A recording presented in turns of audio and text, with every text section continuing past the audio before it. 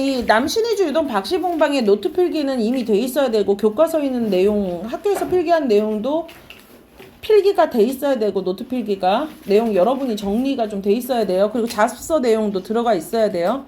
그리고 그 정리돼 있는 그 교재본에다가 여기 오늘 수업할 부분에서 추가할 내용이 있으면 첨가해서 더 집어넣으면 되고, 이미 알고 있는 내용이 있으면은 암기식으로 확인하면 되는 거고요. 무슨 말인지 이해되십니까? 자, 그래서 이 작품의 화자는 모든 것과 단절된 절망적인 상황에서 자, 갈매나무를 떠올리며 삶의 의지를 새롭게 다지고 있다라 그랬어요.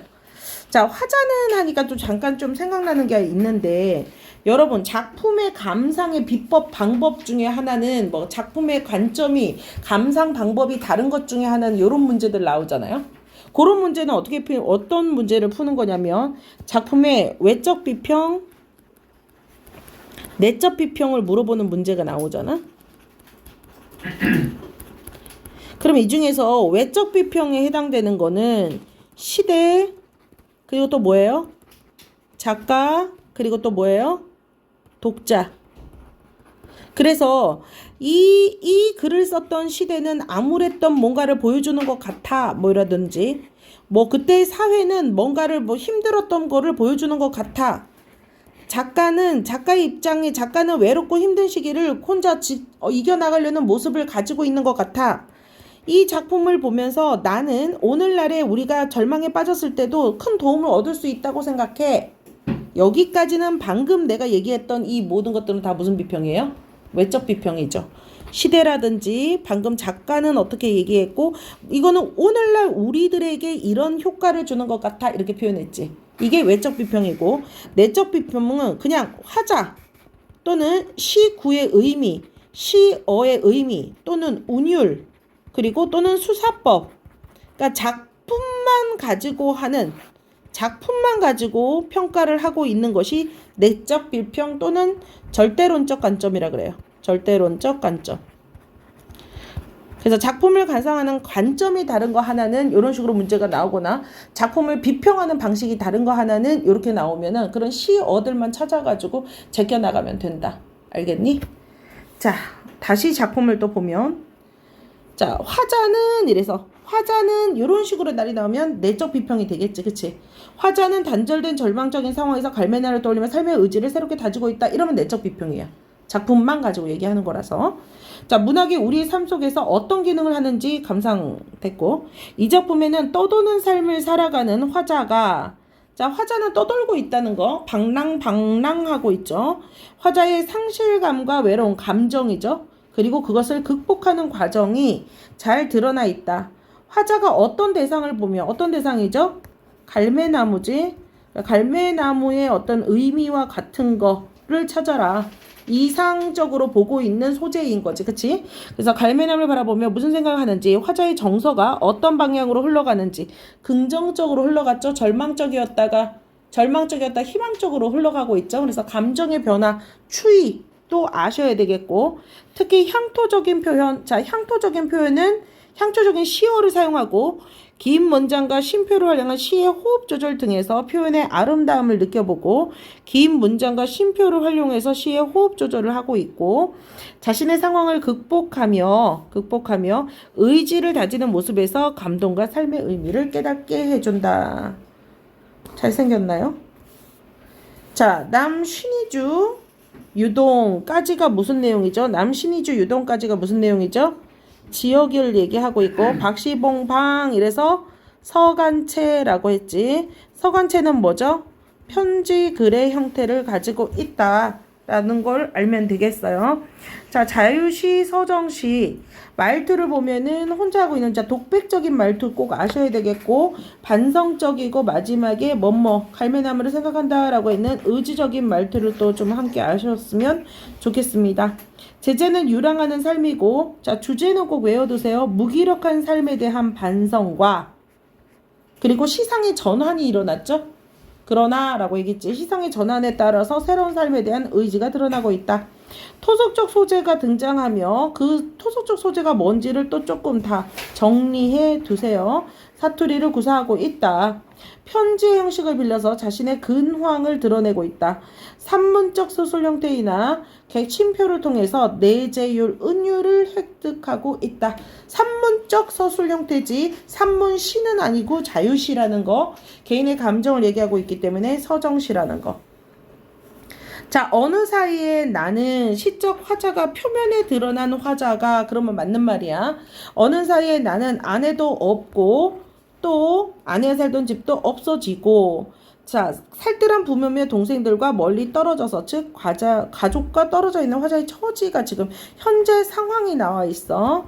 현재 상황을 제시하고 있어. 부정적인 상황. 어느 바람 쐬인 쓸쓸한 거리 끝에서 헤매고 있다. 방랑하고 있다. 쓸쓸한 거리, 헤어진 거리니까 객지 또는 타향이라고 해도 돼요. 고향이 아닌 타향에서 고생을 하고 있다. 이래도 같은 말이야. 객지, 타향 같은 말이야. 바로 날이 저물어서 바람은 더욱 세게 불고 추위는 점점 더해오는데 현재 상황의 비극이 어떠니 점점 심화되고 있다. 비극에 심화되고 있다. 그래서 이렇게 비극이 심화되는 거를 설상가상이라고도 하죠. 그래서 더 심해오는데 나는 어느 목순의 집 헌사슬간 단어 뜻 아셔야겠지. 헌사시라고 하는 것은 뭐죠? 사자리 갈대를 엮어서 만든 자리야. 헌사슬간 한방 추운 방에 들어서 주인을 붙였다 라고 그랬어. 자, 주인 붙였다 그 말은 뭐죠? 주인집에 새 들어서 살게 되었다 라고 해서 여기까지가 뭐지? 타향에서의 외롭고 고단한 삶을 나타내고 있지. 이리해서 나는 이 습내나는 좋지 않은 현실이지 부정적 현실이야. 습내나는 춥고 누긋한 누긋한 단어 뜻 알아두세요. 누긋한 단어 뜻 메마르지 않고 눅눅한 이런 눅눅한 방에서 낮이나 밤이나 온종일 나는 나 혼자도 너무 많은 것 같이 생각하여 자, 내가 나 혼자도 너무 많다라고 생각을 한대. 자, 내가 나 혼자가 너무 많다 무슨 뜻이야? 내가 나 혼자가 너무 많아. 그러면 나 혼자를 감당하기가 어떻다라는 거야? 벅차다. 삶이 그만큼 어떻다. 힘들다. 이렇게 얘기를 하는 거야. 나 혼자도 너무 많은 것처럼 생각이 되어서 딜옹뱅이에 북덕불이라도 오면 그래서 딜옹뱅이가 뭐였죠? 토속적인 시어야. 북덕불도 뭐야? 토속적인 시어야. 그래서 딜옹뱅이는 질옹뱅이 둥글넓적한 질그릇을 얘기하고 있고 북덕불은 자 뭉텅이 지피나 풀 등을 피해서 피워놓은 풀이야. 자, 그래서 나 혼자도 남의 삶이 너무 버겁고 힘들었을 때 그럴 때 이것을 안고 손을 째며 핫팩이라고 그랬지? 자, 여기서 중요한 거 이것을 안고 손을 째며 제 위에 뜻없이 글자를 쓰고 나가지 않고 자리에 눕고 손까지 베게 하고 굴리고 하면서 여기까지가 무기력하고 무료하고 무능력한 화자의 모습이지. 그게 일제강점기의 뭐인 거야? 지식인인 거야. 이게 일제강점기의 지식인의 삶이다 이렇게 얘기를 하면 되는 거다. 일제강점기의 지식인의 삶. 그래서 얘가 지금 여기까지 뭐라고 했어? 그 무기력한 삶을 살면서 나는 내 슬픔이며 화자의 정서 슬픔이며 어리석음이며 슬픔 어리석음 요런 것들 열거법이라고도 할 수 있어요. 소처럼 직유법이죠.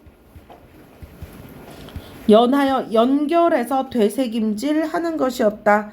자, 슬프고 어리석은 삶을 계속 뭘 하고 있다. 되새김질, 음미하거나 계속 생각하고 있는 것이었다라고 해서 삶에 대한 무엇을 하고 있어?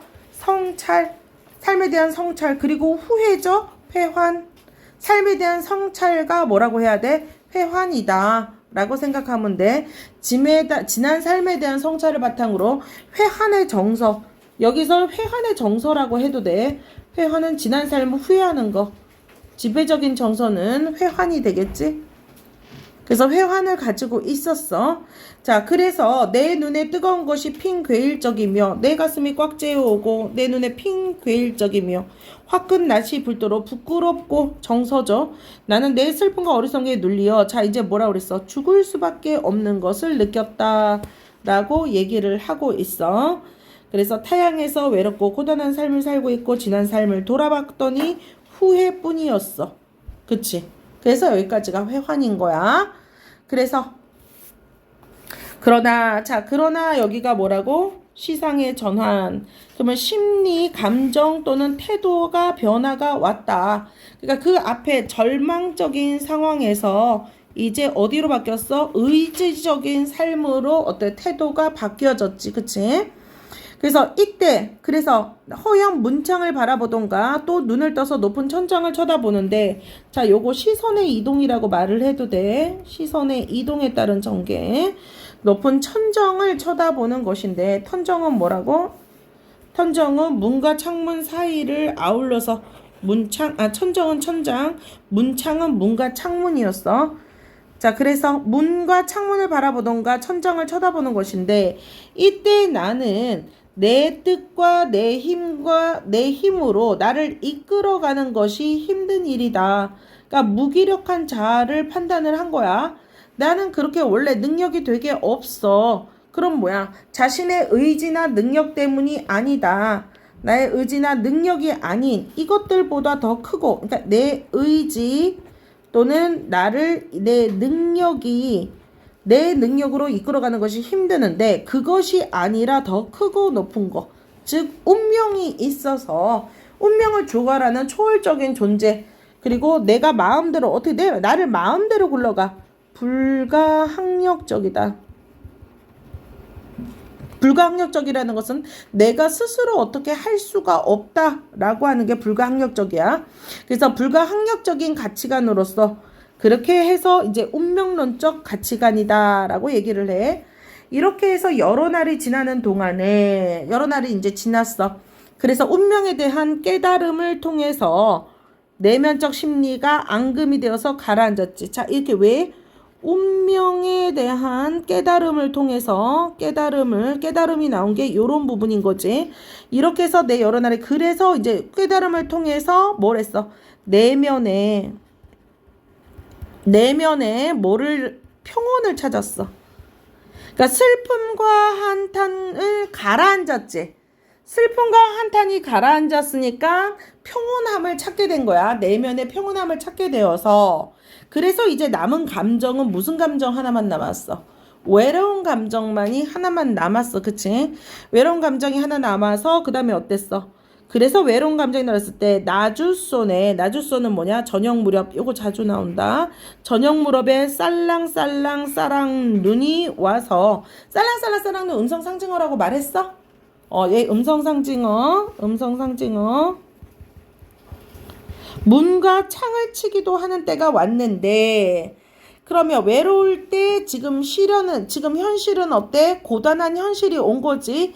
그 고단한 현실에서 나는 더욱더 화로를 더욱 다가게 끼면서 무릎을 또 꿇어보면서 지난 삶에 대한 반성, 요 시어의 의미, 화로를 더욱 다가끼며의 시어의 의미는 새로운 각오, 어니는 뭐야? 어느 먼 산 뒤 옆에 바위 옆, 요것도 사투리야. 바위 옆에 외따로 서서 어두웠는데 하얀이 시적 허용, 눈을 맞을 시련 속에서, 그 마른 잎새에는 쌀랑쌀랑 소리도 나면서 눈을 맞을 시련 속에서, 시련과 외로움 속에서 굳고 정한 깨끗하고 바른 갈매나무를 의지적으로 생각하는 것이었다라고 그래서 맨 마지막에 뭐라고 그랬어? 새로운 삶에 대한 의지로 시상이 어떻게 됐어? 전환이 되고 있어.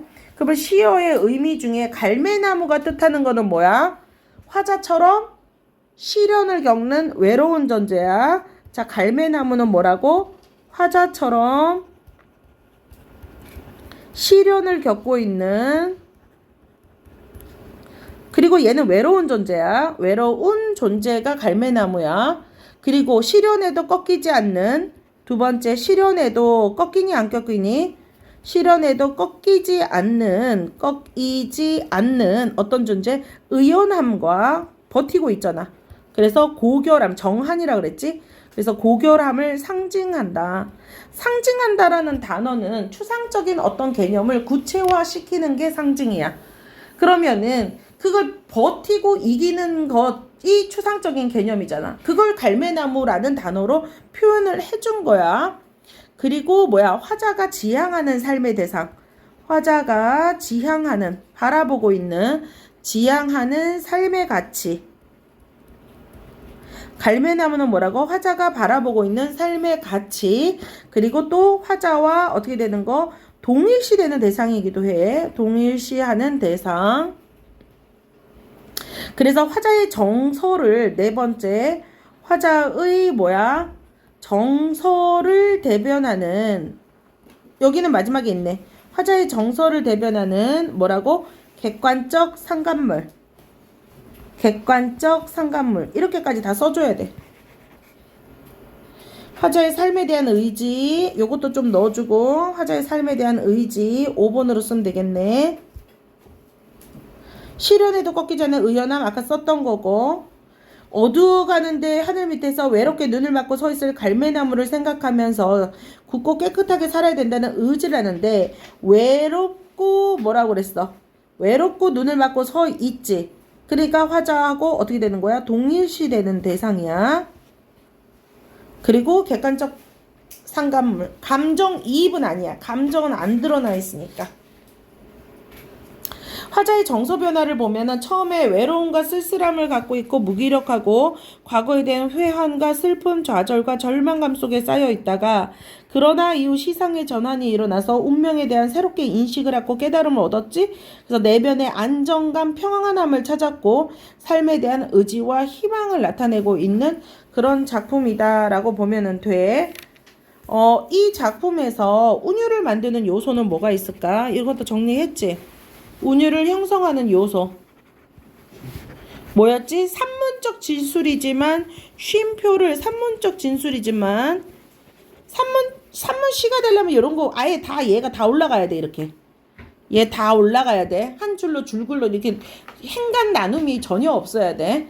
그래서 산문적 진술이지만 쉼표를 통해서 호흡을 조절해서, 쉼표를 사용해서 호흡을 조절해서 음악성을 만들었다. 이 내용이 있어야 되겠고, 그 다음에 뭐뭐이었다. 딱 보면은 뭐뭐이었다. 보자. 이었다 좀 약간 반복 좀 나오거든. 헤매이었다. 이었다 반복하고 있지. 그치? 그리고 뭐 다음으로 그 다음에 또 뭐 서가 또 있을 건데 하면 서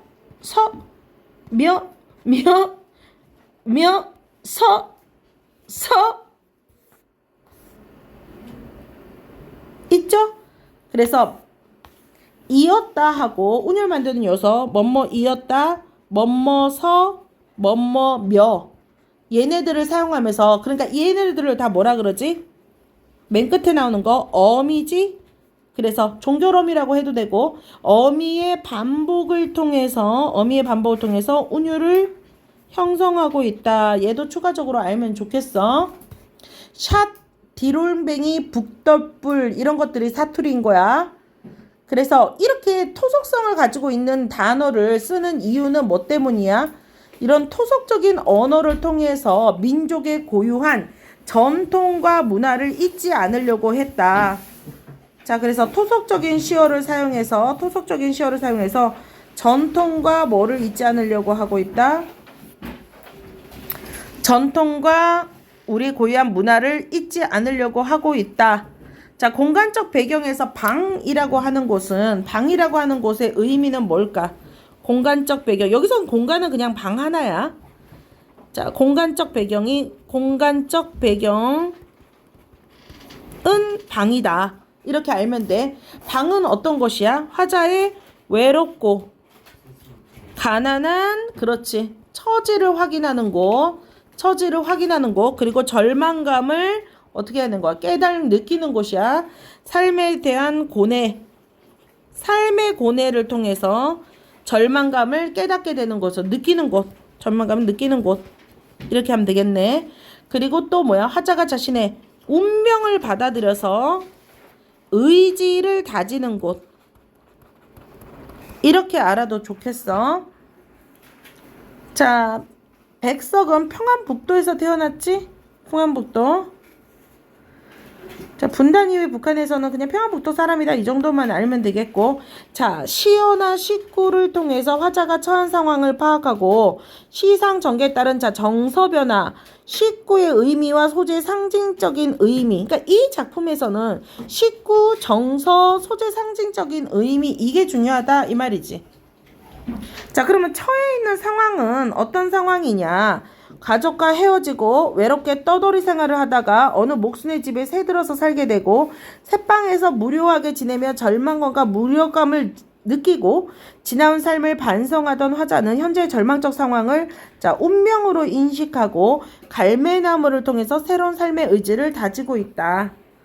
자, 그러나를 기준으로 화자의 정서가 어떻게 변했느냐라고 얘기를 했을 때, 자, 도입에서 처음부터 화자는 암울한 현실 때문에 회한과 비탄으로 추락하는 심리, 즉 하강 구조를 드러내고 있다가 20행의 그러나를 기점으로 삶에 대한 불가항력적인 운명을 깨달으면서 겸허하게 운명을 긍정하며 살아갈 것을 다짐하는 상승 구조의 태도 변화를 보여주고 있다. 특히 갈매나무는 외롭게 서서 추위를 이겨내는 갈매나무는 굳고 깨끗하게 살겠다는 화자의 의지의 표상이다. 의지의 표상 요런 말들도 조금 넣어줬으면 좋겠어. 주관식으로 혹시 나오게 된다면 의지의 표상 이런 말 쳐주고 회한과 비탄 이런 말 써줘야 되고 운명을 긍정하며 살아가고 외로이 섰으면 추위를 이겨내는 갈매나무 이런 것들 좀 알아줘야 되겠어. 불가항력적인 운명을 깨달았다. 이렇게. 자, 이것보다 더 크고 더 높은 것은 뭐를 얘기하냐? 운명이나 숙명을 의미한다라고 얘기를 했지. 갈매나무의 특징은 어떤 부분에서 알 수 있는가? 외롭고 어두우는데 하얀이 눈을 맞고 소리도 났고 눈을 맞은 굳고 깨끗한 갈매나무. 자, 그러면 그 갈매나무를 자신의 상황의 처지와 비슷하다라고 봤지? 자신의 상황과 처지와 비슷하다 그랬으니까 동일시한다 그랬어. 그리고 화자가 지향하는 대상이었댔어.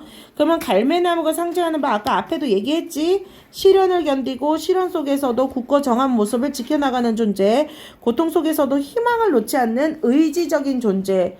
요런 말들 다 쓸 수 있는가를 조금 요런 말들 다 쓸 수 있는가를 좀 확인해 봤으면 좋겠어. 샷 딜옹뱅이 북덕불이라고 하는 것은 토속적이고 전통적인 분위기를 형성해주고, 자, 처한 상황을 사실적으로 이해하게 해준다. 현장감을 준다. 그리고 사실감을 높인다. 이렇게 해도 같은 말이야. 자, 이 작품의 문장 구성이나 문장 부호 사용의 특징과 효과는 5개의 긴 문장으로 이루어져 있으며 요거 문제 좋아. 쉼표를 자주 사용해서 호흡을 조절하고 있고 그것은 내면 심리를 표현하는 데 효과적인 문체다. 자, 문체상의 특징 내면 심리를 표현하는 데 효과적이다. 이거는 쓸 수 있는지도 한번 해놔봐봐. 요거 없어? 그러면 요거 객관식으로 좀 알아두자. 그러나부터는 한 문장은 이루어져 있는데 총 19개의 쉼표를 사용해서 총 19개의 쉼표네. 고맙네. 설명해주네. 마지막에 등장하는 가장 핵심적이고 상징적인 시어인 갈매나무의 시선을 집중시키고 있다. 요 말 조금 알아두자. 자, 시의 아름다움을 통해서 볼 수 있었을 때 그냥 말해보자. 이거는 그냥 아름다운 구절은 하이하니 살랑살랑 여기는 그냥 아름답다라고 표현하면 되겠고 다른 거는 다 필요 없고, 자, 정사적으로, 자, 이 작품은 다른 사람의 삶을 나는 이거 효용론적 관점에서 얘기할 수 있어. 효용론적 관점. 외적 비평에서 처음에 얘기를 해줬지. 그래서 문학은 심미적인 아름다움을 줄 수 있고, 다른 사람의 삶을 감접적으로 경험해 줄 수 있고, 자신이 처해 있는 것 같은 몰입감과 동지감을 느끼며 정서적으로 올라가는 느낌을 듣고 있고 또는 위로를 받을 느낌을 가질 수 있다. 이거 효용론적 관점에서 맞는 말로 나올 수가 있어. 자, 요렇게 알면 되겠습니다.